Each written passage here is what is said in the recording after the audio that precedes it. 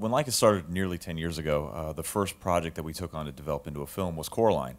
The second project that we started developing was a book called Here Be Monsters by Alan Snow, which ultimately became the film The Boxtrolls. And when I read it, one of the things I loved about it was that it was really reminiscent of the kinds of things that I loved growing up, the kinds of stories that I loved reading, things by Charles Dickens or Roald Dahl. It had a great, really biting sense of humor like you find in Monty Python, and had all these wonderful creatures and characters and environments. But it was also 550 pages long, and so trying to, if you do a straight adaptation of that, it's a 12-hour movie, and even though the animators are up for a challenge, that's maybe a little too much. So it took us nearly 8 years to kind of distill all that down to the essence of what you just saw, and in the end, it was all of us kind of focusing on what kind of resonated with us personally, and ultimately it became a story about families, about parents and their children, the intimate connections between parents and their children. And then once you get to that core, then you can start layering in some of the ideas and the metaphor and the weirdness and everything else, which ultimately we did. When we first read the book, your first impression is it's too big. It's a big, giant action-adventure comedy to do in a stop-motion film. So that, we knew that it would have to be a hybrid. So probably in every shot in the movie, except for a handful, there's some CG element. I mean, there's always the CG in the rapid prototype faces, you usually have a seam in the middle of the face that separates where the top of the eyebrow element is and the bottom of the mouth element. So that's always digitally, we've removed that seam. That's true in all the films. But even beyond that, in the atmosphere, in the CG extensions, in the sequence where fish, eggs, and shoe are escaping across the rooftops, the puppets are real, they're on wires. Every single thing they touch is really built. It would be 9-foot-tall buildings with rooftops. But the view to the horizon, the moonscape and the fog and all that is CG set extensions there. The biggest puppet in the film is far and away the largest we've ever had at Leica, which was the mecha drill that Snatcher rides at the end of the film. It ended up being over 5 feet tall, 80 pounds.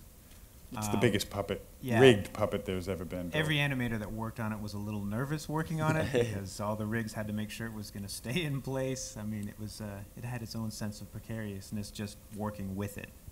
One thing that I read is that because of all of the different permutations and the face, all the different expressions you're able to do, the character of Eggs has 1.4 million possible facial expressions. Can you guys explain to me how, without making our heads hurt and explode, how that's even possible? Like as I said, for a lot of expressions, you have the upper part of his face, which is the brows in different positions, and every position you need to animate from one to another, and then the lower part of his face, there's different emotional expressions, but there's also different mouth shapes. So he had 15,000 different actual objects that were made, that were printed out, and then you can put them together in different ways over 1 million different potential expressions, which... To explain it more simply, there was an old school way of doing animation with puppets, and it's called replacement animation, where you sculpt a facial expression, and then once you go on to the next mouth shape or expression, you take the face off and then you put a new one on. The old way of doing it was carving it out of clay or sculpting it or doing something with wood. The way we've brought it into the new era is by using rapid prototyping, which is a technique where we model something in a computer and then send those files to a 3D printer, and it prints out what's in the computer as a physical object that you can hold in your hand. It's crazy, like Star Trek technology. It's not something that should exist. It's really unsettling on some level, these virtual things that then exist. And so that's a way that we can get a lot more subtlety and nuance and expressivity in these characters' faces by using technology and combining that with craft. One of my favorite things about the film is that kind of coda at the end where we see Travis in there as the animator, and that's you and Richard Iowade doing that. How much of that was the two of you just riffing, and how much of that was written out? I think it was probably 50-50. A lot of it was written out, and then we just kind of improvised around it. But it's kind of nice. I've done a couple of kind of animated features now, and that's the first time I've ever been in a booth with someone, which was kind of nice because it meant that you could just kind of bounce off each other, and it's nicer than just being in a dark booth on your own, just saying, your lines, Right. Sir Ben, we were all together a few months ago at Comic-Con, and we did a panel, and one of the things that I thought was really fascinating was you told the whole crowd that you recorded most, if not all, of your lines as Snatcher laying down. Because I'm lazy. What did you seriously find that was able to help you with? Well, I was thrilled when I saw the puppet, and I think the physical shape, to a certain extent, dictates the voice that comes out of it. And he's very narcissistic, grandiose, and it needed to have a completely relaxed and confident voice. So it was rather like one of those reclining airplane seats. They rigged it up so quickly. I got into the studio, did I not, Tony, and said it stood up, not working, sitting, not working, lying down. It just came out of the right place. So, I mean, they rigged it up very quickly. And it did. He has to talk from that hollow, hungry, bottomless pit of a belly that he has, that ambition. It's the ambitious, clawing voice that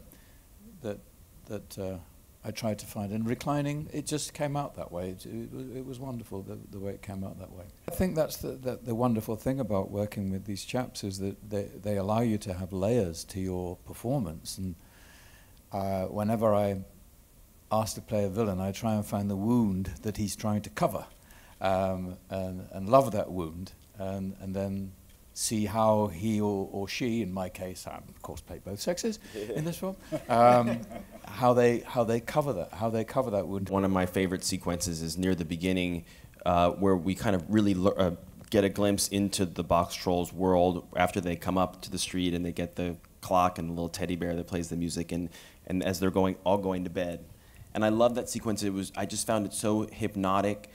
And one of the things that's so fascinating about it is that there's hardly any dialogue, just the occasional grunt here and there. What was the thought process behind that? Was that a specific decision you guys made to have a 3 or 4 minute or whatever it is sequence with no dialogue in it? Well, you needed to get to know what this community was like, that they loved eggs, that he loved them, and it had to be in pantomime, and it had to be visceral. I mean, so, you know, a child, a toddler, you know, being taken care of by this entire community. You know, that stuff isn't in the books. The fact that they sleep in a big cube and stuff, that's all stuff we added, in the story department added, as we tried to figure out what the requirements for that growing up sequence were. Because you needed to know really quickly that they love this kid, and then he needs to, you know, become 11 years old, and we need to move on with the story. So it's what are those primal images of putting a baby to bed and of the whole village gathering to go to sleep, all on top of each other in a big sleeping pile. You know, all that stuff comes out in the storyboarding process. And we wanted a stark juxtaposition between what they're set up as, which is these horrible, hideous, child-murdering monsters, and when you look at them, by all appearances, it seems like, okay, I could buy that. They're not adorable little balls of fluff. They look pretty creepy.